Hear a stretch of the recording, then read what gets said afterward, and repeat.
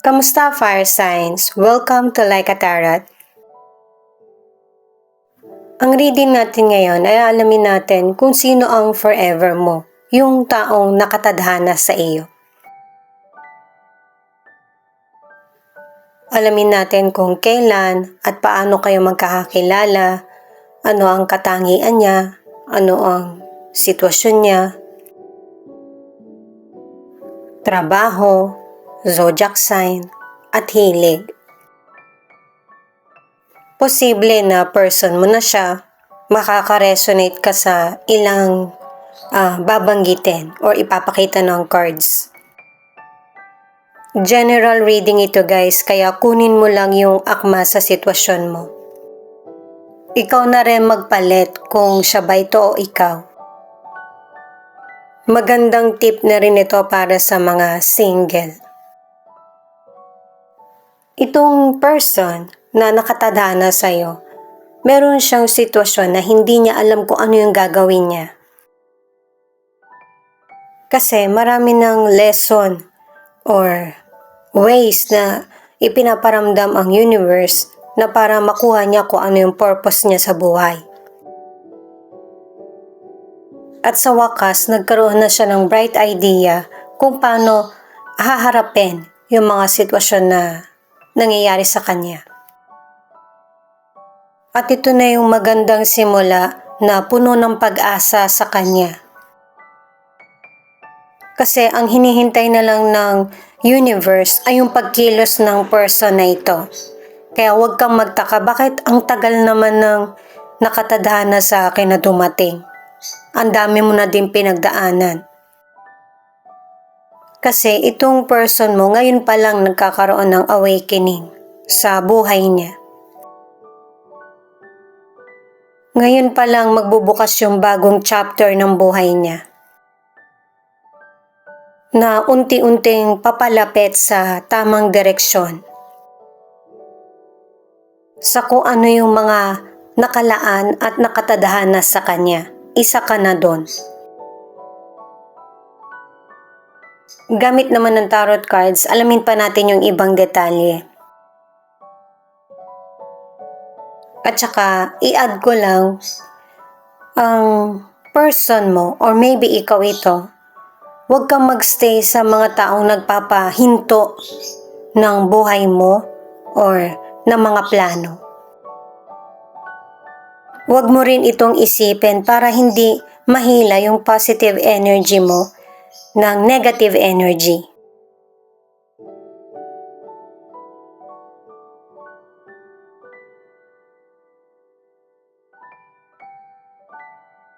The Star in reverse, Nine of Pentacles at Two of Wands in reverse. Ang posibleng trabaho ng person nito ay connected sa technology, internet, public service o kaya entertainer siya. May posibilidad na nakita mo na siya o nakita na kayo ng person na ito. Yung connection nyo ay hindi patuloy. At ang mensahe ng universe sa person na nakatadhana sa'yo, huwag nang tumingin sa malayo at saka intindihin din ang sarili bago yung iba. Kasi itong nakatadhana sa'yo, ikaw at siya, hindi nyo parehong alam na pwede pala kayo na maging magkarelasyon. Yung pareho nyong oras ay yung bago magdilim, mga 4 to 6. Dahil sa isa sa inyo nagtatrabaho or pareho kayong nagtatrabaho, kaya hindi patuloy yung koneksyon. At saka pinapayuhan ka rin ng cards na kapag ka merong red flag sa sitwasyon nyo ng person mo na walang pagbabago, huwag mong sayangin yung oras mo. At yung pagkikita nyo ng nakatadhana sa'yo ay hindi pa sa ngayon.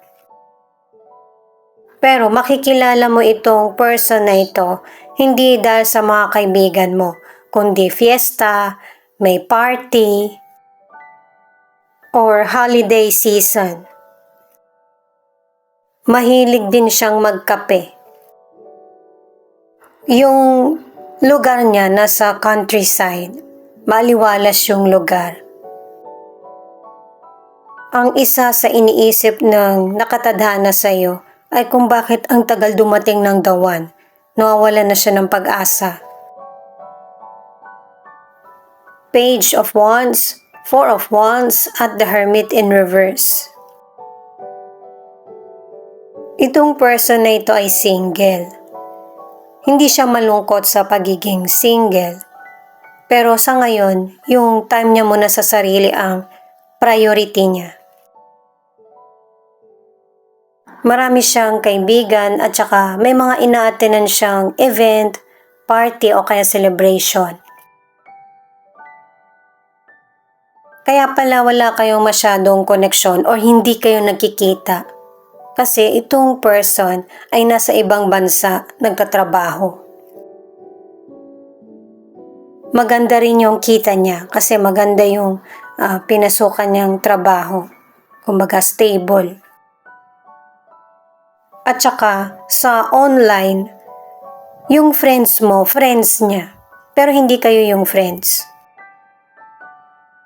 Magkakaroon kayo ng connection ng person na ito sa chat. Makikurious yung person kung sino ka.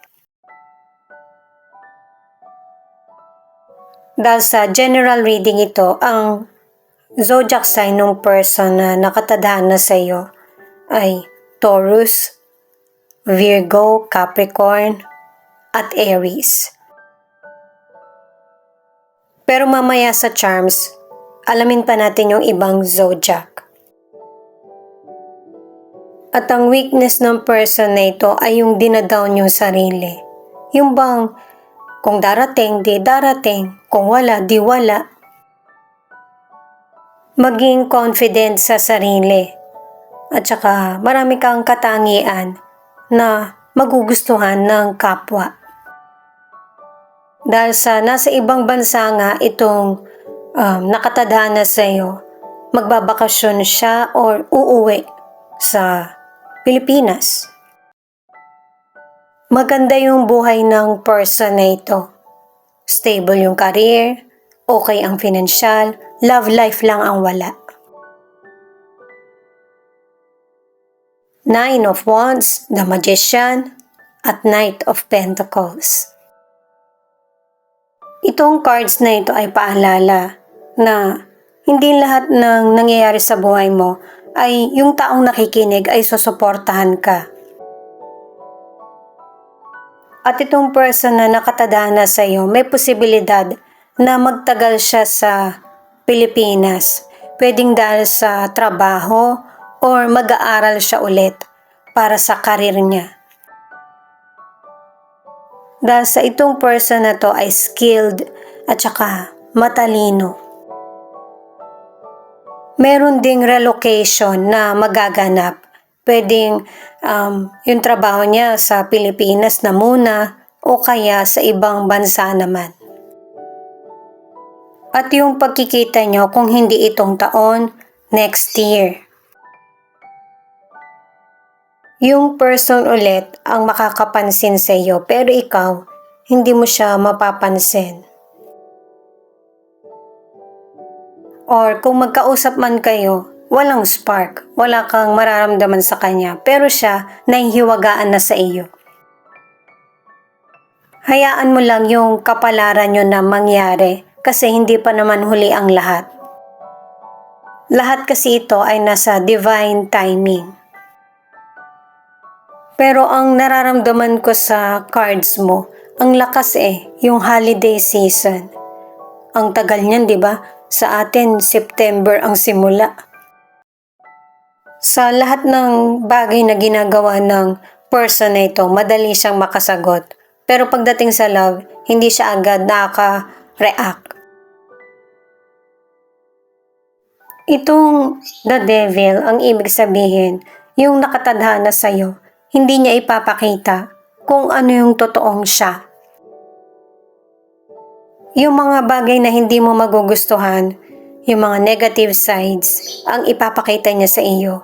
Kasi gusto niyang malaman kung anong ugali meron ka at saka kung totoo kang tao. Kasi sa mga nagdaan niyang relasyon, hindi lahat sineseryoso siya. Samantalang totoong love ang inalay niya talaga dun sa mga naunang relasyon. Ang hina ng kutob ng person na ito, kung kailan ito na yung perfect timing, saka naman siya umaayaw. Pero nangyayari talaga yan sa buhay natin. Pero sana baguhin niya. At total alam mo na. Okay naman talaga siya na person Masyado lang niyang pinoprotektahan yung sarili niya. Alamin naman natin yung iba pang detalye gamit pa yung ibang mystical cards. At saka kahit napakitaan ka niya ng hindi maganda, magkakaroon pa rin kayo ng patuloy na koneksyon. Merong sa chat o kaya sa personal. At saka may posibilidad na itong person na to meron ding sariling negosyo. Mahilig din siya sa animals at saka sa halaman. Yun nga talaga guys, hindi niya sasabihin kung ano yung totoong siya or hindi niya ipapakita. Meron kayong magiging pagtatalo or hindi pagkakasunduan. Pero isa ito sa plano niya na para mas mapalapit sa iyo. Ayan para hindi matapos yung pag-uusap nyo, meron siyang dahilan. Marami na rin siyang nalalaman patungkol sa iyo. At saka, meron na siyang feelings. May mga na-realize din siya sa mga maling aksyon na or pakitungo sa iyo. Kasi, katulad ng naunang cards, may weakness din siya sa pagkilala sa tao. Pero mababago ang lahat at ikakagulat mo din ito kung bakit nagbabago na yung pakitungo niya sa iyo. At doon mo siya mas lalong makikilala kung ano yung trabaho niya, ano yung mga gusto niya. Malalaman mo din na masarap pala siyang kakwentuhan, maging kaibigan kasi yun yung simula niyo. At saka hindi nga marunong mag-express ng love itong nakatadhana sa'yo kaya may posibilidad na mabaling pa yung atensyon mo sa iba. Kasi hindi mo nga alam kung may gusto ba siya sa iyo or magkaibigan lang kayo.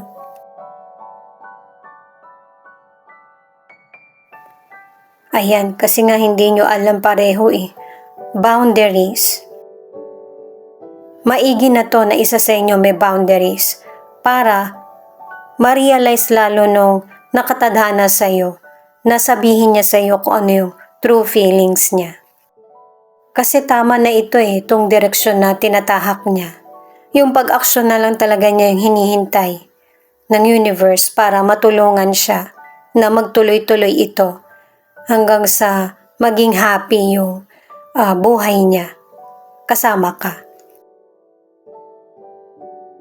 At saka itinuturo na ng universe na ito na yon. Ito na yung person na nakatadhana sa iyo. Magdesisyon ka na. Pwedeng kasama mo na siya or makikilala mo pa lang.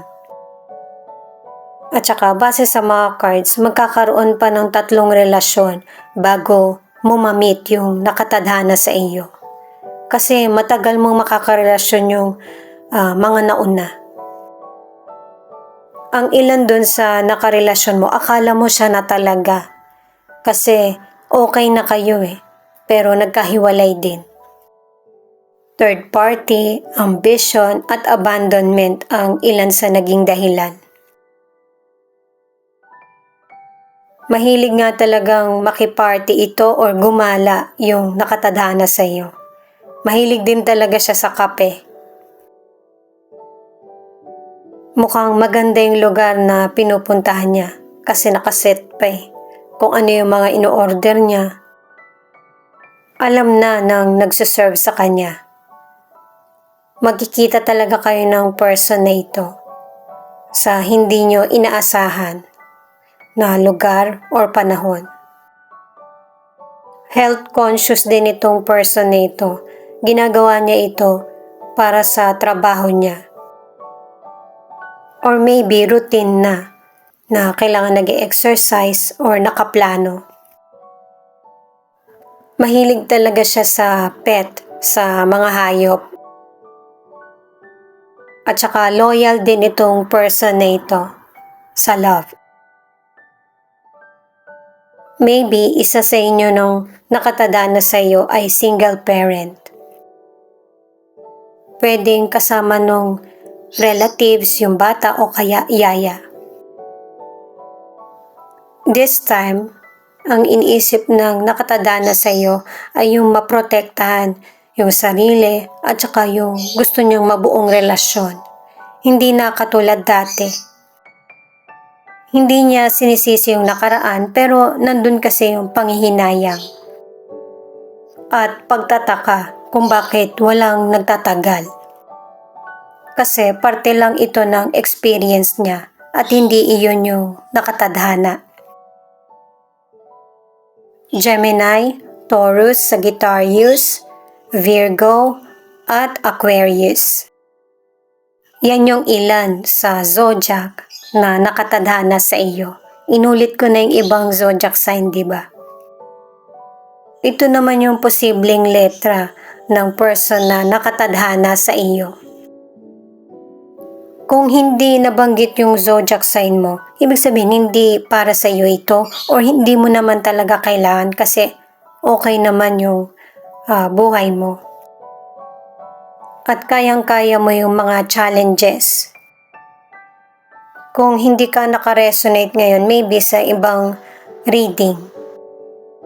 Timeless naman yung reading na ginagawa ko para sa mga hindi agad nakakapanood. Ito na yung initials, ikaw na lang bahalang tumukoy.